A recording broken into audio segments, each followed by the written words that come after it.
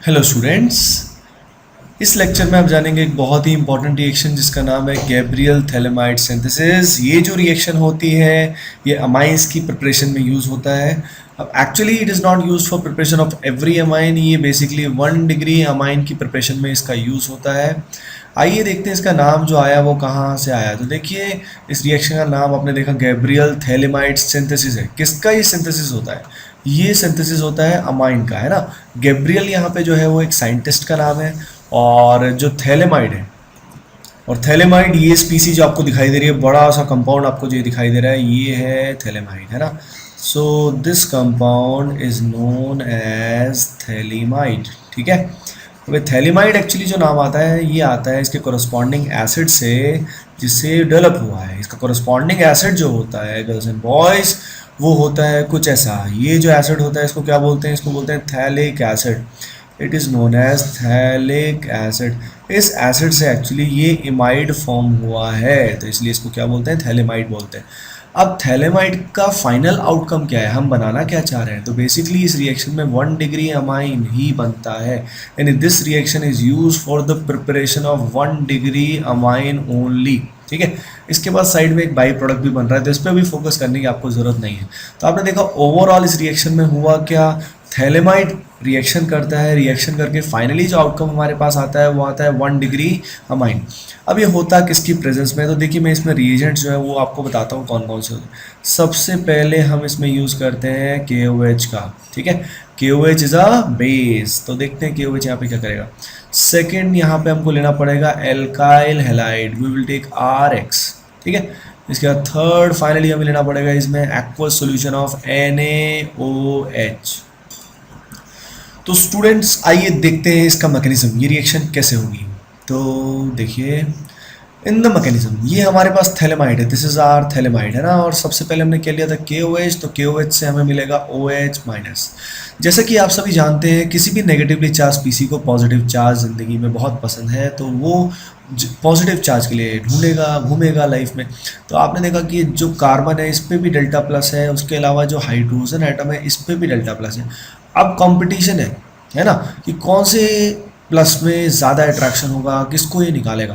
तो actually OH minus इस H को ज़्यादा जल्दी निकालेगा। द रीज़न बीइंग, जैसे ही यहाँ पे बॉन्ड बनेगा ये बॉन्ड टूटेगा और टूटने के बाद N पे नेगेटिव चार्ज आएगा।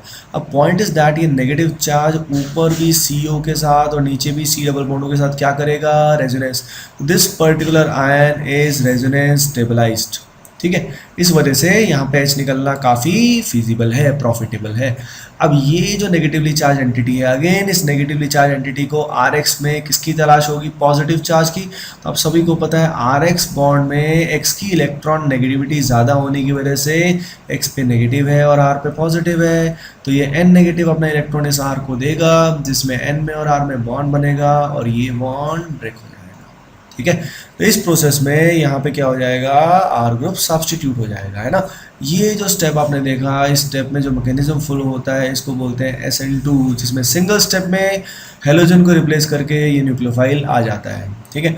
अब देखिए, हमें इससे 1 डिग्री अमाइन बनाना है, तो हमें कुछ ऐसा करना है कि ये जो नाइट्रोजन है इसको कितने हाइड्रोजन मिले? 2 हाइड्रोजन मिले। ठीक है। अगर इस N को 2 हाइड्रोजन मिल जाएंगे तो यहाँ पे 1 डिग्री अमाइन बन जाएगा।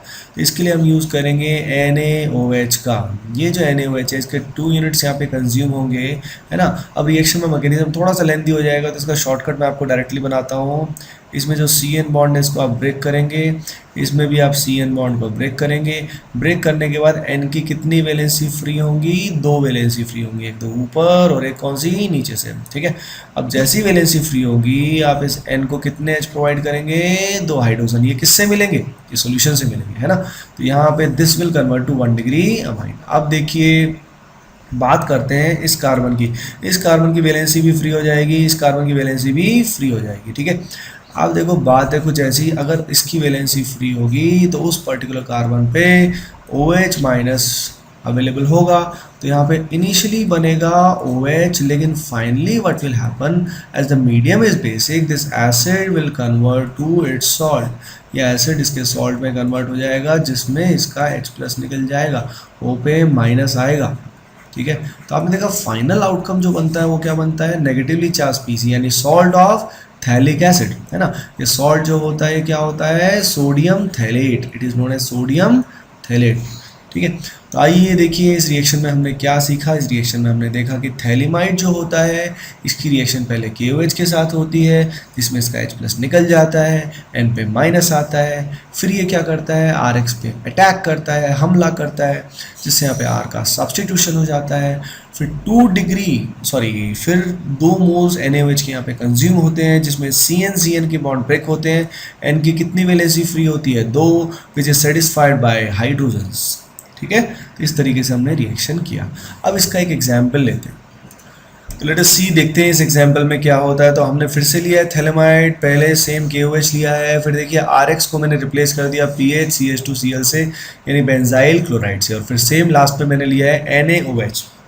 तो आइए देखते हैं इसके अंदर होगा क्या। तो सबसे पहले इसका H+ निकलेगा, H+ निकलने के बाद इस N पे चार्ज क्या आएगा, N-।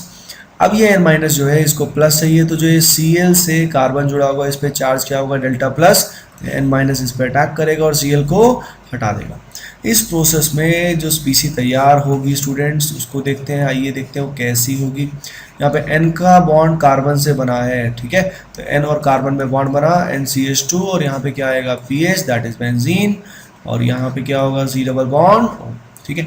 अब इसमें एक्वस NaOH अगर यूज़ करते हैं तो यहाँ पे CN बॉन्ड्स ब्रेक होंगे, CN बॉन्ड्स ब्रेक होंगे, और यहाँ पे N को क्या मिल जाएगा, HH। तो इस बेसिस पे जो हमारा आंसर आएगा देखते हैं वो क्या होगा, that will be PHCH2NH2, that is benzyl amine, ठीक है।